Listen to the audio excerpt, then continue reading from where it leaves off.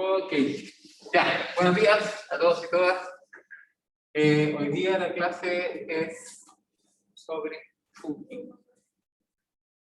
¿Ya? Es decir, los hongos. Vamos, estoy con micrófono, no estoy puro rezando. Así. Ya, ¿escuchan bien los virtuales? Sí, profe. Ya, ¿y los presenciales? ¿Qué cosa? Bueno, what is a hongo? ¿Qué es un hongo?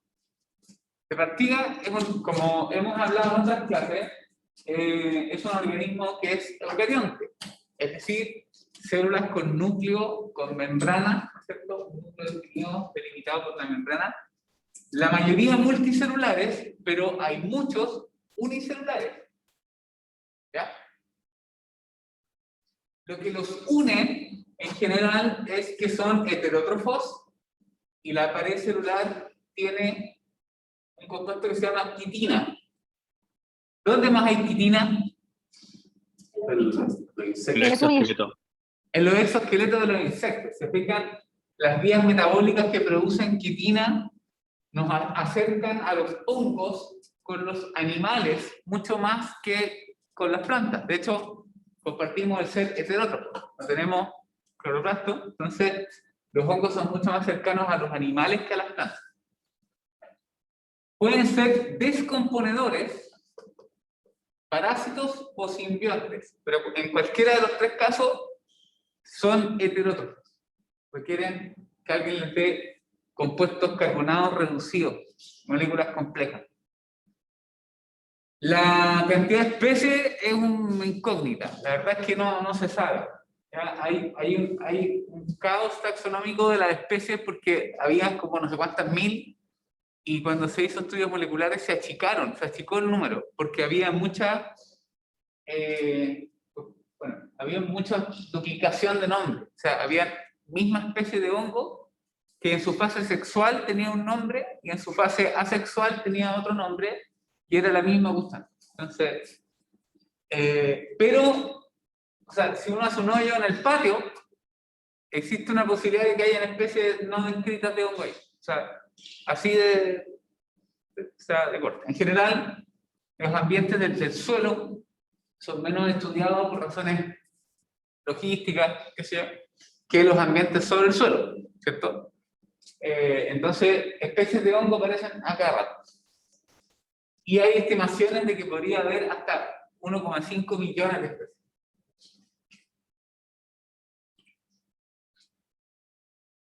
Como les contaba, la biología molecular los coloca más cerca de los animales a partir de un ancestro común en los protistas. ¿Ya? En los protistas sensulatos, o sea, alguna cosa así media unicelular, heterótrofa, que dio origen al linaje de los hongos y de los animales. No sé si ven la pizarra o lo hago con el dedito. A ver. Este es un hongo. ¿Sí? ¿Ya? Ese es un hongo. Y esa rama está ahí. Y esta rama, que es la que está al ladito, son los animalitos. Y acá, toda esta rama que está acá son fotosintéticos. Entonces, somos parientes de los hongos.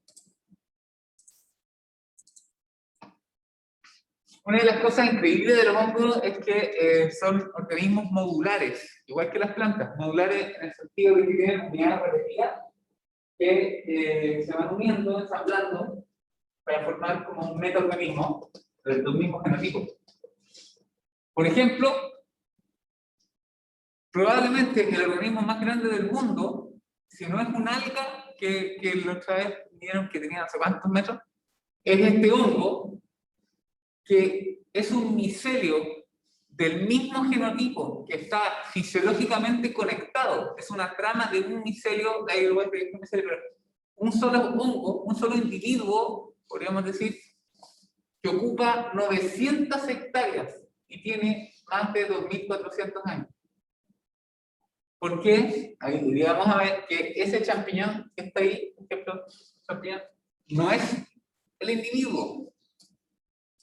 No es el individuo. Eso que está ahí, eso no es el individuo. Eso sería el análogo, no homólogo, análogo a una flor.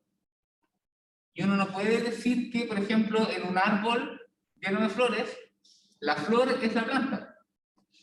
No, la flor es la parte sexual, pero la planta es la planta. Entonces, en el caso del hongo, está en el suelo, y estas son las estructuras sexuales, pero el hongo sigue estando en el suelo. Pero, ¿pueden concebir lo que es un organismo de ese porte? ¿Ya? Una hectárea son... ¿Qué? Yo en internet vi una foto, pero ese mismo hongo sale como del porte de un árbol. No sé si es real. Esos son primitivos, son como de la época así como pre-dinosaurio. Había un momento en la historia del planeta donde habían mega hongos gigantes, pero hoy día no. Yo sé cuáles son. Se llama prototaxites. En realidad no es un hongo, es un organismo extinto simbionte. Era una especie de líquen, por lo que era una simbiosis entre un alga y un hongo, y alcanzó dimensiones gigantescas, no porque hubiese más oxígeno, sino porque no tenía competidores. No había árboles todavía, así que él podía echar sus raíces donde quisiera. Cuando aparecieron los árboles, ahí él fue perdiendo terreno y se extinguió. Mm. En general, todas estas cosas fósiles terminan en ites. Ese es como el nombre científico de cosas fósiles, como neosamites, lequenites, qué sé yo. ¿Ya? Bueno, ¿cuál es la importancia ecológica de los hongos?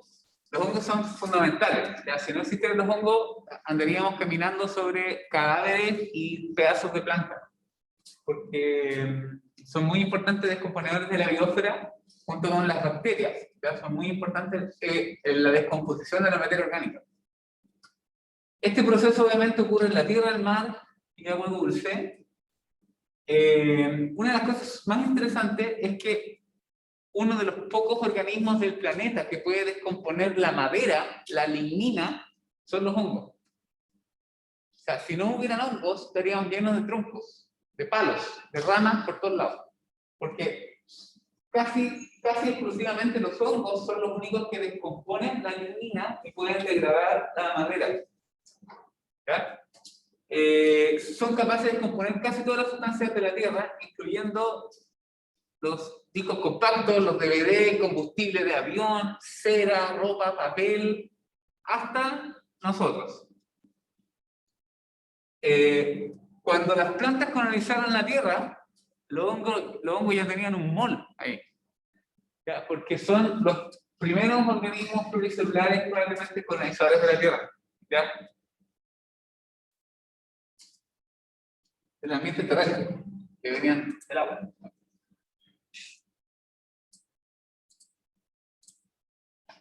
¿Cuál es la importancia? Obviamente, algunas son patógenos. Patógenos de plantas. No sé si alguien tiene, por ejemplo, nogales y le sale esa cuestión como negra en la boca, un hongo. Cuando uno deja las naranjas, las manzanas y se pone pelúa, eso también es un hongo. Y también parásitos, o sea, patógenos de plantas que producen enfermedad y también de animales. Por ejemplo, los hongos de los pies. ¿Cierto? ¿Ya? Hay también enfermedades de hongos en la boca, en los genitales, en la piel, ¿cierto? Y también interno te puede dar una micosis y te moriste. También son importantes porque son fuentes de alimento. Son fuentes de alimento. Por ejemplo, ese blanquito que está ahí a la... ¿Ustedes lo están viendo para allá o para allá? Vamos a cambiar. Así, a la derecha. ¿Ya? Ese es Agaricus bisporus, que es el clásico champiñón París, que es el del supermercado. Se comen. ¿Ya? También aplicaciones biotecnológicas, siendo la más importante, ¿cuál? ¿Cuál es la aplicación biotecnológica más importante de los hongos? ¿Los antibióticos? Más importante que los antibióticos. El copete, no, la levadura produce la fermentación, la levadura nos permite hacer pan y también nos permite hacer cerveza y hacer whisky y hacer pisco y hacer vino. Entonces, claro, los antibióticos también son importantes, ¿ya? Pero si estás sobrio,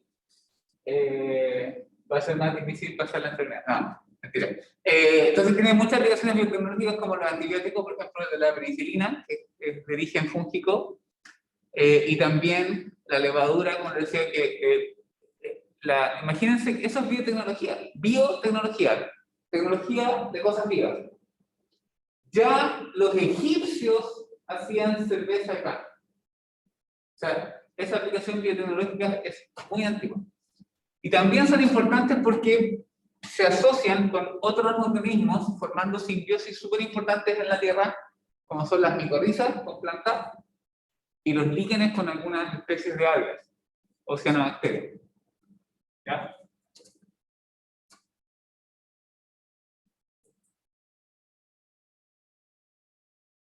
Cigüeñas. Oh. Diego, ¿tú eres del sur? Porque acá la gente no conoce los cigüeñas. No, yo salí a recolectar a los cerros de acá de la zona, donde hay roble. Ya. Es que en general no es tan conocido que la zona central, porque yo viví como 10 años en la octava región y ahí los venden en la calle, los venden como en canastos. Así como aquí venden palta, allá venden cigüeñas. Son carísimos, los cigüeñas valen como 12 lucas, 15 lucas el kilo. Y son recolectados así silvestres. Y a veces te salen con sorpresa porque vienen con unas larvitas adentro. ¿Y las trufas? Las trufas son otra cosa. Ahí tranquilo, no. Ah, ya. Trufas no son en Chile, ¿verdad? Las trufas no son de Chile, las trufas son originarias del hemisferio norte, pero hay en Chile hoy como cultivo, ¿ya? Y de hecho, yo tengo un colega con el que trabajo harto, que es de la Universidad de Concepción, que hizo los primeros ensayos para inocular con trufa, y hoy día ya hay muchas hectáreas de, por ejemplo, avellana europea o otras cosas así, con trufa. Y hay empresas en Chile que te venden la planta inoculada con trufa y tienen el servicio después de perros entrenados para recoger la trufa. Mejor el jabalí. ¿Ah? Mejor el jabalí. El problema de los chanchos para las trufas es que el chancho se los come. Entonces hay que como que ahí después sacarlo. Y mucha gente, esto es cierto, mucha gente, los truferos, por ejemplo, en Europa, qué sé yo, muchos les faltan dedos. Porque se los comen los chanchos. O sea, sí, cuando están tratando de sacar el chancho de la trufa, dedo menos. True story. Ahí sí. Las trufas son micorrízicos, sí, sí. ¿Café? ¿Qué? No sé si ubica la historia de Otzi, el hombre de hielo. No sé si eso le suena. No. Que es un hombre congelado de hace 5000 años que tenía un morral que permaneció congelado en Europa, creo que esto. Y en el morral se encontraron varias especies de hongos medicinales, lo que demuestra que hace 5000 años ya tenían conocimientos de las propiedades medicinales de algunos hongos. Seguro. Sí, seguro que sí. Ya, ¿cuál es la estructura general de los hongos? Los hongos vienen como en 2 o 3 sabores distintos. Hay un tipo que es el tipo unicelular, como las levaduras, que es la foto que está en la esquinita, acá arriba, como en azul, gris, ¿qué? Esa es la forma como unicelular. Por ejemplo, en nuestra boca, ¿ya? Nosotros tenemos unas levaduras del género Cándida, que están de forma normal ahí en la boca. Y la misma levadura que está en el ambiente, hay esporas de levadura, y esas son unicelulares y tienen ese aspecto como de pelotita, ¿ya? Ahora, los hongos del suelo, los que no son levadura, usualmente son pluricelulares y tienen una estructura de filamentos delgados que se llaman hifas, ¿sí? Y las hifas pueden ser septadas cuando entre células hay tabiques, ¿sí? O pueden ser cenocíticas cuando solo hay una pared externa, pero las divisiones entre células no existen. O sea, cuando se van dividiendo por mitosis no hay tabicación entre células, sino que solamente la pared externa se va como formando. ¿Sí? Entonces, lo que tiene generalmente es que tienen estructuras con muchos núcleos. De hecho, el número de núcleos por célula es muy común que los hongos tengan muchos núcleos. El número de núcleos por célula es un carácter taxonómico. Entonces, hay especies que en las hifas uno mira al microscopio y en cada segmento tiene, no sé, 10 núcleos. ¿Ya? Entonces tenemos las hifas afectadas y hifas xenocíticas. Y el conjunto de hifas, o sea, muchas hifas forman un micelio. Entonces cuando uno hace un hoyo en el suelo, o va a los pinos, qué sé yo, y levanta así como la hojita, y ve como unas hilachas blancas, ese es el micelio. Y cada uno de los hilitos de esa cosa peluda es una hifa. ¿Se entiende? Una pregunta, ¿qué tipo de ventajas tiene cada tipo de hifa? Por ejemplo, ella misma. ¿En No. qué ambiente funciona mejor, por ejemplo, la aceptada o en qué situación funciona mejor la xenocítica? No sé si tiene un rol funcional, no lo sé. De hecho, probablemente no se sepa, o no sé si alguien lo ha estudiado, como si tiene un rol funcional. Yo sé que existen los unos y los otros, pero no sé si tienen un rol funcional. ¿Cómo es la estructura de la pared? La pared de los hongos es muy particular. Esto no vale para todos los hongos, pero para los hongos más comunes, los que en el patio hay unos coquinos que están saliendo. Y ahí, Creo que también había unos variados. No sé, qué especie eran como blanquitos. También. sí, además parece que sean coprinus o coprinelos, pero ahí los más. Bueno, ¿cómo es la pared de esta cuestión? Tenemos la membrana celular, obviamente con proteínas de membrana, no típica membrana celular de fosfolípidos de cualquier cosa, ¿cierto? Sobre esa pared celular se deposita quitina. Quitina, que le va a dar cierta rigidez, ¿no? Cierta estructura a la pared. Y sobre esa pared, esa parte de quitina, hay beta-glucanos y manoproteínas. ¿Ya? Beta-glucanos son azúcares y manoproteínas son proteínas que están unidas con manosa, ¿cierto? Lipoproteínas son proteínas con azúcares y manoproteínas son que es azúcares manosa. ¿Qué? Profesor, ¿puede repetir lo que son lo que eran las hifas? Es que no presté mucha atención. Ya. ¿Alguna vez has visto hongos en el suelo que se ven como unas pelusas, así, unas hilachitas blancas? Sí, que parecen colonias de bacterias. Sí, claro. Sí, ya. Cada uno de esos pelitos es una hifa. Ah, Una estructura filamentosa, ramificada, hecha de células, ¿ya? Y eso se llama hifa. Y el conjunto de muchas hifas se llama micelio. ¿Sí? sí, gracias. Vale. Profe, ¿Sí? entonces la hifa es como la unidad estructural del hongo. De los hongos filamentosos, no de los unicelulares. Claro, de los filamentos. Ya. Sí.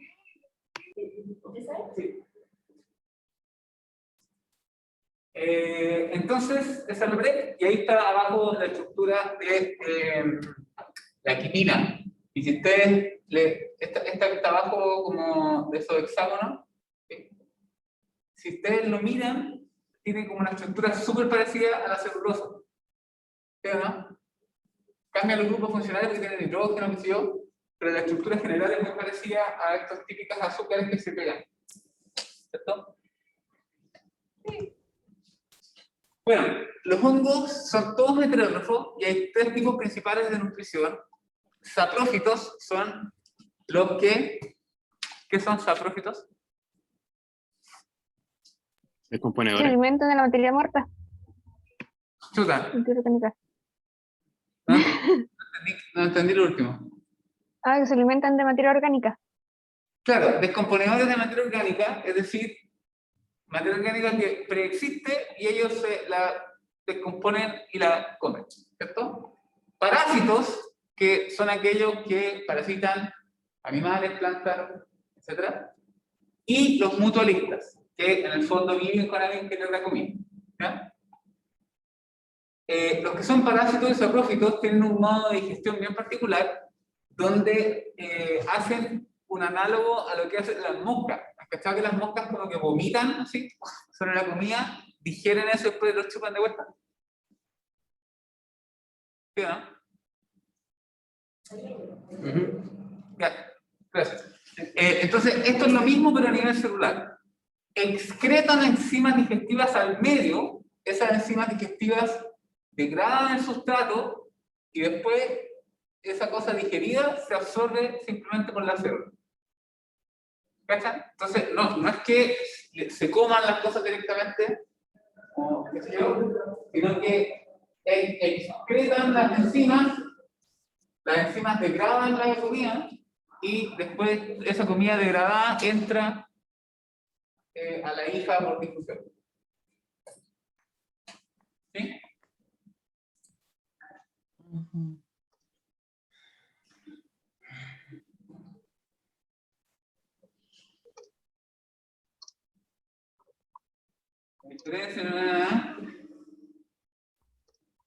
Claro, la diferencia entre los parásitos y los mutualistas, de hecho, en la evolución de las relaciones mutualistas, se cree que eran inicialmente parásitas y que eventualmente se hicieron neutras y después mutualistas. Pero se cree que en general algunas de estas relaciones mutualistas podrían haber sido parásitas en los líquenes.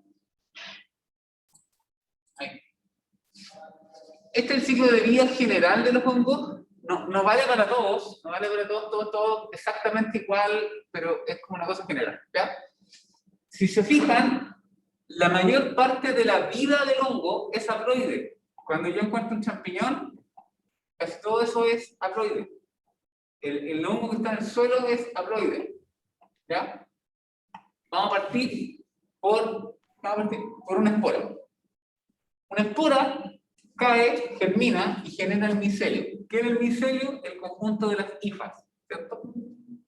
Muchos hongos tienen un ciclo de reproducción asexual, donde este micelio produce estructuras que producen esporas mitóticas, esporas que son asexuales, ya, que simplemente sirven para propagarse. Por ejemplo, cuando yo tengo una naranja peluda con hongo, es muy probable que después se me contaminen todas. Si yo tengo un cajón, por ejemplo, con tomate, con hongo o naranja, si no lo saco, es muy probable que se contamine todo porque genera esporas asexuales que se propagan rápidamente. Entonces, la cuestión se pone todo peludo. ¿Sí?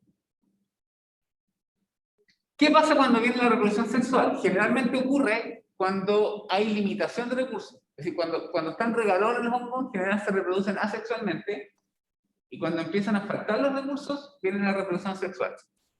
Lo primero que pasa es la plasmogamia, es decir, la fusión de los citoplasmas entre una hifa que vamos a llamar más y una menos. Los hongos no tienen diferenciación de sexo. No hay hongo macho o hongo hembra, o el hongo y la honga. No, no tienen sexo. Entonces, se fusiona un micelio de un hongo A con el micelio del hongo B. ¿Ya?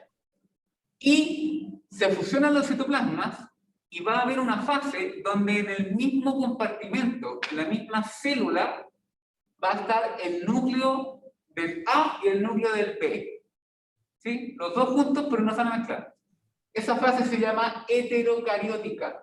Puede sonar complicado, pero hetero, distinto. Carion, núcleo. O sea, la fase donde están los dos núcleos de las dos hifas de los dos micelios distintos, ¿no es cierto?, mezclados en la misma parte. Heterocariótica. ¿Sí? Luego, en algún minuto del desarrollo, que puede ser muy posterior, se fusionan estos núcleos. Así. ¿Sí? Se fusiona el núcleo más con el menos, el A con el B, no sé, el quieran. Y esa fusión de los núcleos produce eventualmente un cigoto. Este cigoto se divide por meiosis, genera una estructura haploide que va a producir esporas sexuales, y esas esporas sexuales se dispersan y recuperan el ciclo. Exacto. Profe, ¿Sí? ¿cómo se dividía el cigoto? ¿Cómo? ¿Cómo se divide el cigoto? Se fusionan los núcleos y el cigoto se divide por meiosis para generar una estructura haploide que va a producir, por ejemplo, las calladas. Es un tejido haploide que viene de la meiosis de un cigoto. Ese tejido haploide va a generar por mitosis una estructura que produce esporas y de ahí tira la espora.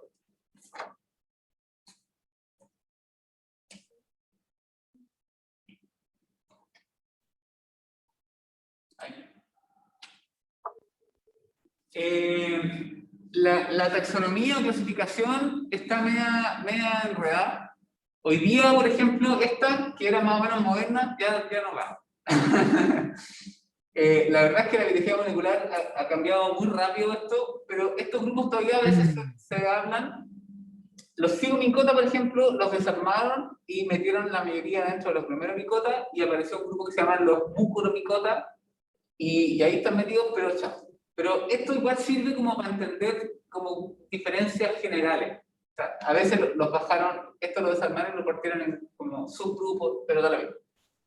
Tenemos los microsporidia, que ni siquiera estaban en esta lámina porque antes eran como protistas o nadie sabía qué eran. Eran como, los microsporidia incluso eran considerados como más cercanos a los animales, porque tienen flagelo móvil y todo. Chytridiomycota son hongos muy primitivos y de hecho los hongos de origen como son acuáticos y que colonizaron después en el ambiente terrestre. Entonces, los hongos más primitivos, como vienen del agua, conservan características de ese estilo, son acuáticos, los chytridiomycota son acuáticos y tienen fase flagelada, fase móvil. ¿Se fijan? Porque los otros hongos más derivados no tienen esporas móviles ni nada por el estilo. ¿Cachai? Entonces, hay hongos que se mueven. Bueno, como vemos cercanos a los animales, aparecen los cigomicota, que son, por ejemplo, el modo del pan, qué sé yo. Glomeromicota, donde están muchas micorrizas y hongos que producen estas estructuras como esporitas guatonas, así. Muchos micorrizas metidas acá, que antes algunas no pasaban por acá. Y, por último, los linajes más derivados de los hongos, que son los ascomicota, que muchos de estos forman líquenes. O sea, cuando ustedes ven un líquen, hay como un 90% de probabilidades que el hongo sea ascomicota. También incluye las colmenillas, los digüeñas, esas cuestiones. Y, obviamente, el filum más conocido, que es el Bacillomycota o Bacillomycete, que es el de los champiñones. ¿Ya? Vamos a ver aquí algunas características. Esto, no, la idea es como general, después vamos a ver de unos. Tenemos aquí los microsporidia, más o menos unas 1500 especies, son unicelulares, no tienen esporas móviles, pero tienen ustedes como un flagelo, y de estos microsporidia, algunos son parásitos de animales. Por ejemplo, hay unos microsporidia parásitos de crustáceos, una cuestión súper rara. Los quítridos, súper importante porque son parásitos de animales y producen zoosporas, es decir, esporas con flagelo que nadan en el agua, son generalmente acuáticos. Estas son las hifas, es el estilo de las hifas. Y los hongos quítridos son los responsables del declive de las especies de anfibios en el mundo y han llevado a la extinción, y están llevando a la extinción a la mayoría de los anfibios en distintas partes del mundo. Porque hay una plaga, la quitridiosis, que resulta en chao con los anfibios. ¿Y quién propaga la plaga? Nosotros. Los pescadores, el agua del lastre, los botes, las botas con agua, las lanchas con agua, eso propaga la quitridiosis. Los cigomicetes, como el risopus, que es el modo del pan típico, ahí están las características de las hifas, y ninguno de estos acá tiene esporas móviles y tiene cigosporas, que no. Glomeromicota, por ejemplo, el glomus, típico hongo del suelo. Ascomicota, las morchelas, las trufas, por ejemplo. Las levaduras son ascomicota, muy importante. Ahí. ¿Ya?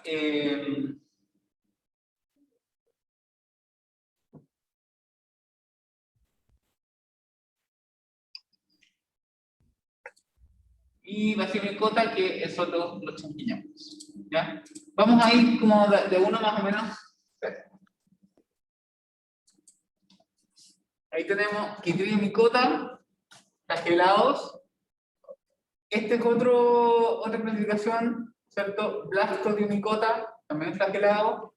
Zygomycota está entre comillas porque, como les decía, este filum se desarmó, ya no existe. Glomeromycota son endomicorrizas, ¿ya? Endomicorrizas que producen estas como globitos. Ascomycota se caracterizan porque las esporas vienen en unos sacos que se llaman ascas. Por eso se llaman ascomycota. Y estas ascas vienen con 8 células adentro, 8 esporitas. Y Basidiomycota es porque la estructura sexual tiene forma como de clava, o se llaman basidios. Tienen forma, no sé si han cachado estos que hacen como malabares, tienen esa forma como de no sé, cosa. Instala después de lo que, ¿sí? Profe, como que ¿desde qué año podemos empezar a ver esto? O sea, por ejemplo, ya usted mismo dijo que cambió el orden de los hongos. Entonces, ¿en qué año podemos estudiarlo? Ya. Este curso no es un curso de micología. Y esta clase lo que pretende es que ustedes tengan nociones generales de que los hongos no son plantas, cuáles son las características generales y ubicarse más o menos. ¿Ya? Si alguien quiere dedicarse a esto, tiene que meterse en el rollo. Por ejemplo, yo igual trabajo con hongos mutualistas, pero no soy taxónomo de hongos. ¿Cachai? Porque, por ejemplo, mi interés es en la relación con las plantas. ¿Sí? Si alguien quiere dedicarse a la sistemática de hongos, tiene que meterse como en rollo. En este pregrado, por lo menos, no hay cursos de micología, ni electivos, ni nada, porque no hay micólogos acá. Si a alguien le interesa, nosotros hace unos años hicimos un curso de hongos, biología de hongos. Lo hicimos con un colega de la UICONCE, mi colega de la trufa, que también hace producción de hongos comestibles y trabaja conmigo en hongos de orquídea. Y con una colega que trabaja en el CERES, la Ana. Y la Ana trabaja con endomicorrizas. Entonces hicimos este cursito y todo entretenido, todo bueno. Pero si a alguien le interesa, hoy día hay un montón de libros. Sí, Lucas tiene razón. Wikipedia en inglés tiene la información ultra actualizada y piola, ¿ya? De hecho, esto está sacado desde ahí. Estos son los últimos papers. Esto es lo que yo le estaba mostrando en la diapo de colorcito. Y esto es 2019. ¿Ya? Se fijan que ya no son necesariamente filum, sino que son clavos. Lo mismo que pasa en las plantas, que la clasificación moderna ya no se basa en taxonomía, sino que en clavística. Y se hacen arbolitos basados en genes filogenéticos, hacen una filogenia, y lo que hacen es ponerle nombre a las ramas, ¿cierto? Y aparece esto, los mucoromycota, glomeromycota se mantiene. Bueno, estos son súper consistentes porque son como los macrohongos que se llaman y son muy fáciles de distinguir y no sé, Basiomycetes. Pero aquí abajo en la base aparecen estos otros grupos distintos con características muy particulares. ¿Ya? Entonces, por ejemplo, en una prueba, obviamente yo no les voy a pedir que me den características celulares de los opistosporidios. No, o sea, no va por ahí. ¿Ya? Bueno, ¿qué son los microsporidia? Son parásitos unicelulares de animales y antes eran considerados protozoos. ¿Ya? Ahí son parásitos de insectos, parásitos de algunos crustáceos. Esa colita que está ahí son los austorios, que son como la conexión con el huésped. Los Chytridiomycota en cosas antiguas los pueden encontrar como Ovomycota o Oomycetes. Ya no se llaman así, se llaman Chytridiomycota o Chytridios. También eran protistas antes, pero ya no. Y tienen una etapa flagelada, que es un grupo, parece que es polifilético, que esto se arregló con esta clasificación aquí. ¿Ya? Son principalmente acuáticos como yo les decía, tienen zoosporas. Zoo es porque se mueven, tienen un flagelo que nadan en el agua, son acuáticos. Y como yo les decía, los hongos pítridos son responsables del declive de las especies de anfibios, tanto salamandras como sapos y ranas, porque producen quetridiosis, y han habido reportajes en el Discovery Channel, Animal Planet, etcétera, etcétera. Esta cuestión llegó desde, no me acuerdo si fue creo que de África, llegó a Estados Unidos, y de Estados Unidos llegó hasta Chile. Y hoy día, en el sur de Chile, hay hongo pítrido en los ríos, en las aguas. Y eso es todo acción humana. Se propaga porque la gente mueve la cuestión. El loyo. ¿Han comido loyo? Esa cuestión es, pero súper irónico. Por supuesto, como Chile es Chile, aquí no se cultiva ni nada, pero por ejemplo en Italia hay parientes del loyo que son cultivados y son una delicatessen así, pero ya máxima. En el sur se come, ahí ya lo...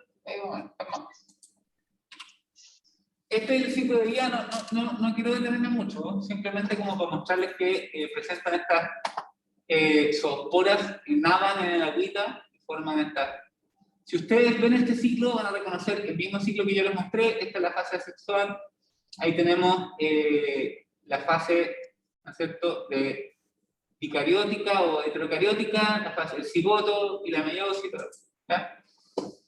Los cigomicetes o cigomicotas ya no existen como grupo, pero en el fondo se caracterizaban en un grupo polifilético, se sabe bien que es polifilético, y se caracterizaban porque presentan esta estructura que se llama cigosporangia, que es decir, la fase heterocariótica se forma, y luego se forma esta estructura como que opaca, densa, que sigue siendo antes de la cariogamia, antes de la formación del cigoto y la meiosis.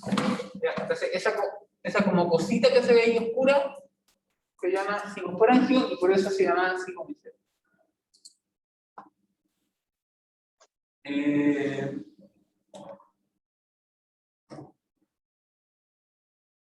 Sí, puede ser, pero el hongo quítrido lo que hace, produce como mutilaciones, produce, o sea, en el fondo, de repente sacan ranas que les faltan patas, o sea, como que es así. El problema de los anfibios es que la piel, respiran por la piel, entonces los hongos entran por la piel y empiezan a como comerse la extremidad. Glomerulocota son todas micorrizas arbusculares. ¿Ya? AM es arbuscular micorriza. Son endomicorrizas, se llaman micorrizas arbusculares. ¿Por qué se llaman micorrizas arbusculares? Porque las hifas, cuando penetran las células de la planta huésped, micorrizas, mico es hongo, rizo, raíz, son una interacción entre hongos y raíces de planta. Y forman como un arbolito. O sea, la hifa se ramifica formando como una especie de arbolito, por eso se llama arbocular. No se pueden cultivar porque solo existen en asociación mutualista y se reproducen solo sexualmente. Y aquí está el glomérulo, ¿no es cierto? Esta cosa que sí, grande. Las esporas son súper grandes. De hecho, muchas de estas micorrizas arbusculares, cuando yo hago análisis de suelo y quiero ver diversidad de micorrizas arbusculares, puedo ver las esporas. Y se usan unos tamices, como unas mallitas finas, donde yo voy colando el suelo y hay unas tan grandes que las veo sin microscopio, que yo puedo ver las pelotitas en el suelo. Son grandes, o sea, grandes para cosas celulares. O sea, se ven como un poquito más chicos que un granito de arena, pero se ve al ojo. Las otras esporas de los otros hongos no se ven. Si a alguien le interesa, la Ana que trabaja en el CERE, mi colega, es que a tanto, yo soy tan viejo que ella fue alumna mía, le hice un curso que era como este curso, el año del pepino, ¿sí? En la UDECONCE, y me la encontré después, ahora ya es doctora, así de viejo soy. Y ella trabaja con micorrizas arbusculares. ¿Cuál es el apellido de La Ana, yo te tengo como Ana Ceres. Y siempre, no sé por qué se me confunde con la Ana Arellano, que era otra alumna. Ana.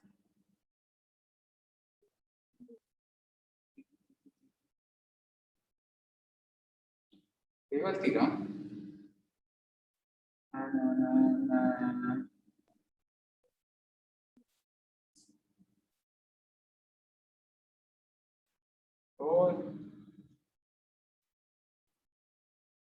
Viste que me parecen otras Ana.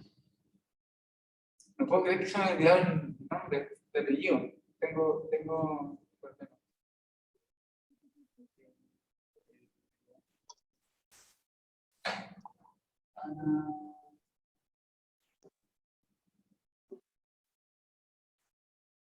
Viste que el semestre pasado tuve una niña, Ana Aguilar, ahí está. Ana Aguilar.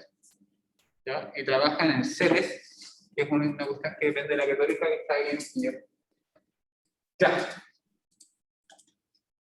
Asco micota forman sacos, son marinos de agua dulce y terrestre, y casi la mitad del grupo forma asociaciones liquénicas, que son con algas, que vamos a tener una clase específica de líquenes por si acaso. Algunas formas micorrizas incluye patógenos de plantas. Algunas pestes que salen como las plantas son ascomycetes. También incluye las levaduras, que son unicelulares, y otras que son multicelulares. Muchos anamorfos son de este grupo. ¿Qué son los anamorfos? Los anamorfos son hongos que uno encuentra como fase asexual del hongo. Y mientras yo no conozca cuál es la fase sexual, es difícil saber si es ascomycete, bacillomycete o no, bueno, no sé si está, pero es difícil saber qué especie es, asignarlo a, por ejemplo, a un género. Entonces, ¿qué es lo que hacían los micólogos cuando encontraban un hongo en fase asexual? Eso se llama anamorfo y le ponían un nombre. Cuando encontraban el hongo en fase sexual, eso se llama teleomorfo y le ponían otro nombre. Y después, en algunos casos, podían conectar el anamorfo con el teleomorfo. Que podían cachar que era lo mismo, pero a veces, incluso hoy, todavía quedan estos casos donde está separado el anamorfo del teleomorfo. ¿Ya? No sé si me entendieron así. Medio extraño, pero... Bueno, ¿y qué cosa hay aquí interesante? Este grupo es el grupo de las morchelas, que en Chile hay varias especies de morchela que se comen. Son comestibles, no confundir con el chicharrón del diablo, ese no se come.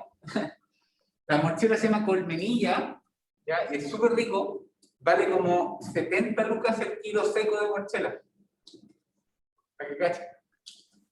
¿Y han escuchado el término vale hongo?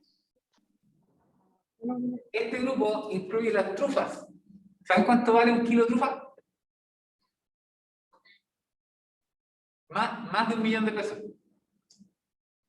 Más de 1 millón de pesos vale el kilo de trufa. Hay varias trufas, está la trufa blanca, trufa negra, ya son del género tuber, que está Tuber melanosporum. Con un colega, con el Guillermo, recién publicamos un paper sobre la trufa blanca. Si a alguien le interesa, me lo piden ahí, lo pueden leer ahí en el baño, lectura de baño. ¿Profe? ¿Bien? ¿Y llegan a ese valor por el tema del proceso, como el proceso de cultivo, todo eso? ¿De extracción? ¿O por qué tienen ese precio tan elevado? Bueno, el mercado es así, oferta, demanda. O sea, una es porque es difícil producirla, porque para poder producir trufa, no puedes producir solo trufa, tienes que tener algún árbol que esté micorrizado con la trufa. ¿Ya? Además, entonces, requiere cierta tecnología, la inoculación, y por ejemplo, requiere suelos calcáreos, entonces requiere irrigación, una serie de cuestiones que es de tecnología para poder tener la trufa. Y después requiere perros entrenados, o chanchos, o alguna cosa así para poder recoger la trufa. Y salen en cantidades relativamente moderadas. Entonces, Y el valor también es por la demanda en los restaurantes y no sé, qué sé yo. ¿Cachai? Entonces, el valor es algo súper subjetivo y está dado como por el mercado. ¿Cachai? Y eso, entonces, bueno, si alguien quiere el paper y me lo piden, estará a un ritmo mostrar muy cuando, pero... Sí, Gilomitra, esa es la chicharrón del dedo. Gracias. Y las pesisas, ¿cachai las pesisas, Catalina? O sea, lo he visto por los libros, pero todavía no he podido ver una de cerca. Son bonitas, son como unas copitas así, súper bacanas. Bueno, este es el ciclo de vida y la misma historia. Tenemos que están las esporas que vienen, hay una fase asexual. Cuando viene la fase sexual, se juntan las hifas, forman la fase heterocariótica. ¿Sí? Esto va a generar un ascocarpo, que son como unas copitas, con forma, hay distintas formas, hay una, el más típico, más conocido, puede ser de coquita, pero hay otras formas, pero no, esto no es un curso de micología. Finalmente, se producen estas ascas dicarióticas, se produce la cariogamia, el cigoto, y luego la meiosis genera 4 haploides, y por mitosis 8 en este saco, y así se liberan. Y esto tiene mucho valor taxonómico para, por ejemplo, ver las especies, como los hongos. O sea, si yo veo un filamento blanco, es igual a otro filamento blanco. Entonces, para poder distinguir las especies, generalmente lo que requiero es ver, por ejemplo, morfología de la espora. ¿Ya? Entonces, ojo con tirar nombres de los hongos. Hay algunos que son muy obvios, por ejemplo, los digüeyes o las, qué sé yo, las marchelas. Pero hay, cuando yo encuentro el hongo no sexual, las hifas o qué sé yo, o por ejemplo un líquen, tengo que ver al microscopio características que son celulares para poder distinguir las especies. ¿Me cachan? Aquí tenemos algunos ascomicetes famosos, como yo les decía, los digüeyes son el género Citaria, y esta Citaria espinosa, Citaria darwini, ya como la pinatra y el digüeñe, son comestibles, crecen asociados única y exclusivamente con los notofagos de Chile y Argentina. Son hongos parásitos, ¿ya? Son hongos parásitos, son parásitos de los notofagos. Esa es la fase sexual y se come. Y en el sur, como les decía, lo venden en los canastos y uno les echa cilantro, a veces le echan un poquito de cebollita y se comen como ensalada. Hay gente que los hace tortilla, pero cuando uno los calienta, sueltan como una baba, y hay gente que no le gusta esa textura como babosita. Cuando están así, bueno, son duritos, y en crudos son súper ricos. Este que te vea es la morchela esculenta, morchela cónica. Generalmente se secan, se comen secos, se rehidratan o cocinan en sopa, lo que sea, y son exquisitas, bacanas. Yo he comido morchela muy buenas. Y estos son tuber. Ahí tenemos distintos tipos de tuber, que son las trufas, que se usan en pequeñas cantidades como para dar olor y sabor. Ya, por si acaso, esas cuestiones que uno compra en el kiosco, que son trufas como de chocolate, no tienen trufas. ¿Ya? Lo que pasa es que son como negritos y peluditos, y eso es como el aspecto de una trufa. Se llaman trufas porque parecen visualmente una trufa y no porque tengan trufas. ¿Ya? Por si acaso. ¿Cachai? La típica trufa, así de esa bolita con...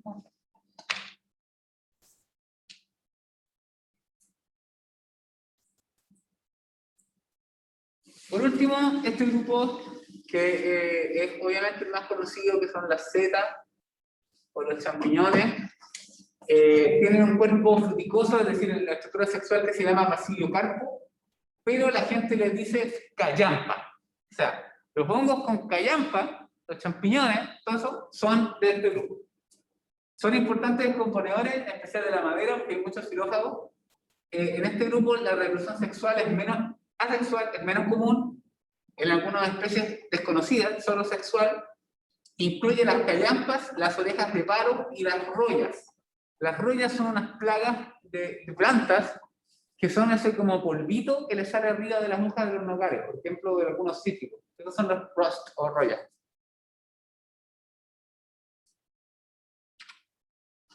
Este es el ciclo de vida.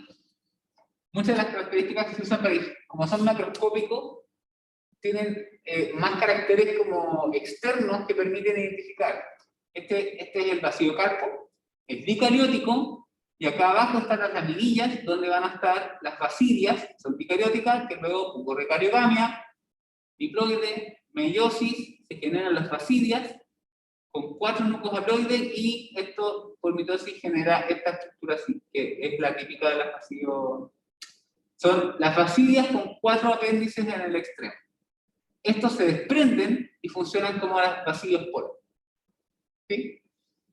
Las características del basidiocarpo se usan en taxonomía. Por ejemplo, si tiene indumentación, esto se llama sombrero, se llama pie, ¿ya? Y las laminillas, etc. Bueno. Aquí tenemos fotos de distintas especies comestibles en Chile. Por ejemplo, ¿alguien sabe qué es eso? ¿Qué es un naranjo? ¿Ese? Ramaria, lagarto, ¿qué es? Changle. ¡Changle! Muy bien, Ramaria changle. Efectivamente, ¿han comido esa cuestión? Es exquisito. La empanada de changle en Conce se lleva. Yo viví en Conce como 5 años y hacíamos como unos guisos, como carbonada, pero en vez de carne con changle. Y son mortales, también los venden en la feria, qué sé yo, allá es mucho más común. Obviamente nadie los produce, se recogen nomás. Hay distintas especies, hay unos rosados, son todas del género Ramaria. No son todos comestibles en igual medida, pero en general son comestibles, son muy ricos, ¿ya? Ese grandote que tiene ahí con la foto de Leighton Kellerman, que es un compadre que está en Chilebosque, que le puso una foto, ¿qué es? Y eso, Boletos. ese individuo no es tan grande. Es un... ¿Catalina? Boletus loyo. O Bactiboletus loyo. Sí, un loyo. Un loyo. Esos champiñones son de este volado. Son gigantes. No sé si me ven aquí en la cámara. Eso se come en seco, ¿o no? Se comen generalmente seco o fresco, las dos. ¿Ya? Son súper ricos. Y tienen un altísimo potencial culinario que, por supuesto, Chile siendo Chile, es totalmente inexplorado, inexplotado, todo. Todo. ¿Ya? Porque, como les decía, hay especies cercanas del hemisferio norte, incluso en otros países del centro de Sudamérica, que se producen para comer, pero acá no. Este que está acá, ¿qué será? Tiene cara de callampa de pino. Sí, ¿sabes el género? Sulius luteus, que se me equivoco. Ah, se maneja, estoy seca. Sí, muy bien. Son géneros Suilus. Los Suilus se caracterizan porque en vez de tener laminillas, tienen poros. O sea, por el lado de abajo, no tienen así como las típicas laminillas que parecen filtro de aire, ¿cierto? O filtro de aceite, sino que tienen como hoyitos, poros. ¿Ya? El carácter como naranjo y todo, hay varias especies de Suilus, y las callampas secas, ¿han cachado esas callampas secas para los tallarines? Las venden, callampas secas, y que se remojan y se echan para la salsa de tomate, de tallarines. Típico. Ya, esas son esto pero seco. ¿Ya? Le dicen callampa al pino. Se pueden comer, se pueden recoger y comer, son súper ricos. Y este que está acá es Lactarius delisosus. El Nisca, creo que le dicen el nombre. Lactarius delisosus, que es muy típico por el color naranjito así. Y este que está acá, en la esquina de abajo, es el hongo, el champiñón París, Acaricus bisporus. El portobelo es otra variedad de lo mismo, es la misma especie, por si acaso.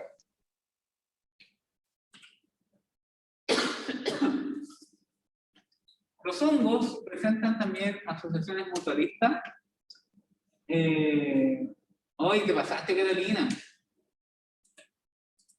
Asociaciones mutualistas, como por ejemplo los líquenes, los líquenes, vamos a tener una clase de esto. Esto es como una intro a la otra cosa, pero como para que, como estamos viendo hongo, aprovechamos, ¿ya? En general, al hongo se le llama micobionte. El hongo que está liquenizado se llama micobionte, y a la alga o cianobacteria se llama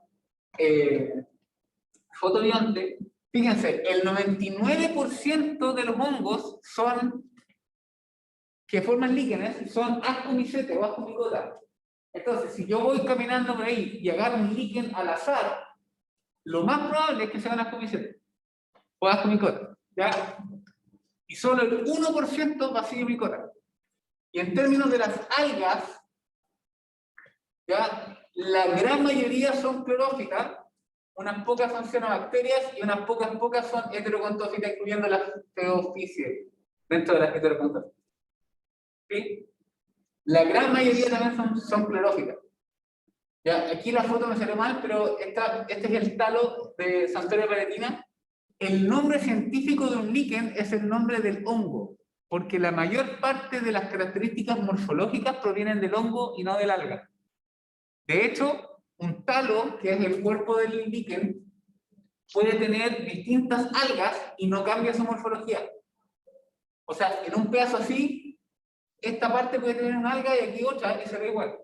¿Cachai? Porque es el mismo hongo. Entonces el nombre es del hongo. ¿Entiendes? En la otra clase vamos a hablar de como detalles de los líquenes por si acaso, así que tranquilo. Bueno, y también las micorrizas, como yo les decía, son relaciones entre las raíces de las plantas y los hongos. Hay ectomicorrizas, o sea, que las hifas van por fuera de la raíz, formando un manto.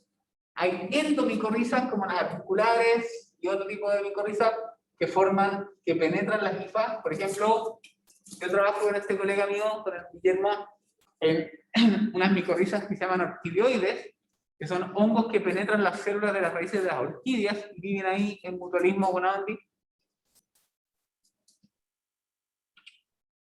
¿Ya? Ahí tenemos algunos tipos endomicorrizas, como las articulares. Tenemos esta vesícula típica del micota y estos músculos. ¿Se acuerdan que parecen como arbolitos? Ectomicorriza formando este manto, etc. ¿Ya?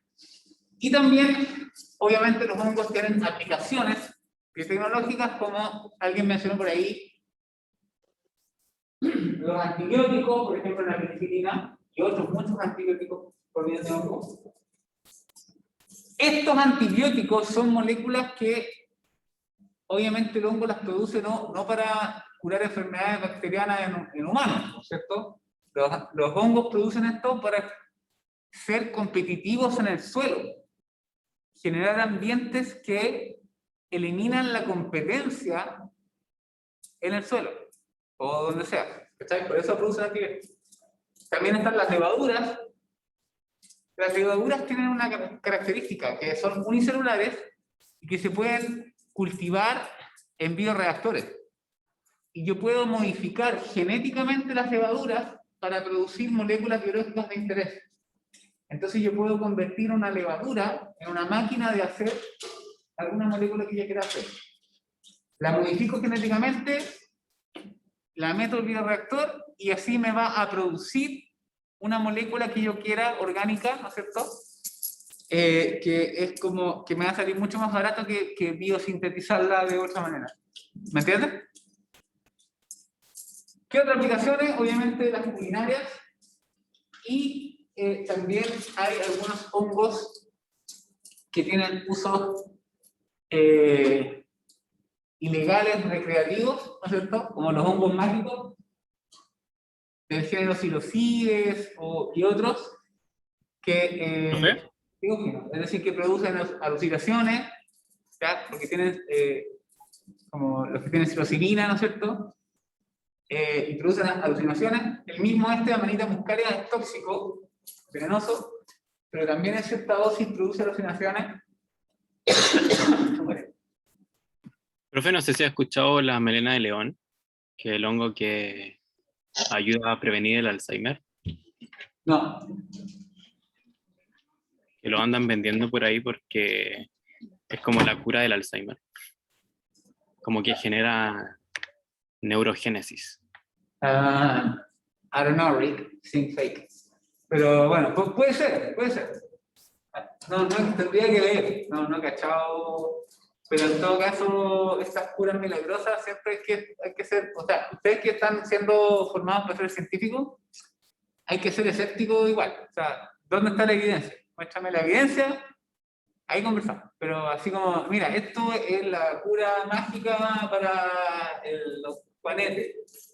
¿Y según qué? No, según la alineación de los cuarzos. Ya, bueno. No sé, puede ser, pero tendría que ver evidencia, no sé. ¿Ya? Okay. Entonces, ojo que hay mucho hongo tóxico y es súper importante esto de la taxonomía de hongo, porque esto es cierto, todos los años se muere gente en Chile por comer el hongo que no era. ¿Ya? Eso es cierto. Comer hongos que no son comestibles produce daño hepático y mucha gente se va al más allá. Porque, como yo les decía, los hongos son todos comestibles, pero hay unos que son comestibles una sola vez. ¿Ya? Y de ahí te fuiste. ¿Ya? Entonces, ojo con eso. Yo les quiero, antes de que se vayan, compartir un par de... Ay, ¿dónde está? Compartir un par de cositas. Si a alguien le interesa la micología, están los libros de la Adriana Fungi, lo de la Fundación Fungi, ¿ya? Que tienen estos libros, hay 2 tomos, ¿ya? Son súper buenos para personas que se están iniciando en la micología. De un libro. También está el libro del Waldo Lazo, ahí. Ese. Este. ¿Ya? Atlas micológico, hongos de Chile, Waldo Lazo. También muy seco. ¿Quiénes trabajan en hongos hoy en día? Falner. A ver si lo escribí bien. Falner. No sé, es alemán, por supuesto. O sea, es alemán de real alemán. ¿Ya? Él es seco. Y él trabaja con macrohongos, es taxónomo de macrohongos de la Universidad de Concepción. ¿Ya? ¿Están en Chile? Sí, pues está ahí en la de Conce. ¿Ya? Esta es la señora. Y ha descubierto especies nuevas. Este es mi colega, por Guillermo. Ha descubierto especies nuevas de hongos. Por ejemplo, descubrió una que una vez iba por el bosque y de repente vio una canampita, la tomó y la levantó y salía del poto de una oruga, que era de estos tipos Cordyceps, que infectó la oruga, le alteró su sistema nervioso, hizo que la oruga cambiara la conducta y se enterrara. Y del potito salió la callama. Crazy. Y así han descubierto varias especies. Ese es uno de los micólogos que está en Chile. El otro es mi colega Guillermo. Bueno, aquí tenemos paper conjunto. Guillermo Pereira también es de la UDEC. Él también tiene un laboratorio de biotecnología de hongos. Que trabajamos juntos, tenemos varios proyectos. Y tenemos varios proyectos conjuntos. ¿Saben quién es este perrito? La Bimba, que es un perro de una raza que se llama bretón de no sé qué, que está entrenada para la trufa. Se la compró porque y la entrenó con aceite trufado para ¿cómo se llama? Porque tienen algunos ¿cómo se llama? Campos con trufa y holanda. Pero nosotros tenemos bastante colaboración en investigación en hongos micorrízicos con orquídeas. Miren, este es el curso que hicimos con la Ana, Guillermo, y yo estuve ahí metido trayendo el café. ¿Qué es eso? Son estas vesículas de los glomerulomicotas, de las microbiota musculares. Potrino, qué sé yo. Ya fue, pero 8 días, ¿quién sabe? Mejor lo hacemos. Y, ¿quién más? En macrohongos, está el Guillermo, y bueno, algunos papers, entre otros, hay otra gente que también trabaja en esto. Vamos a dejar hasta aquí el recording. Espérate. Oh.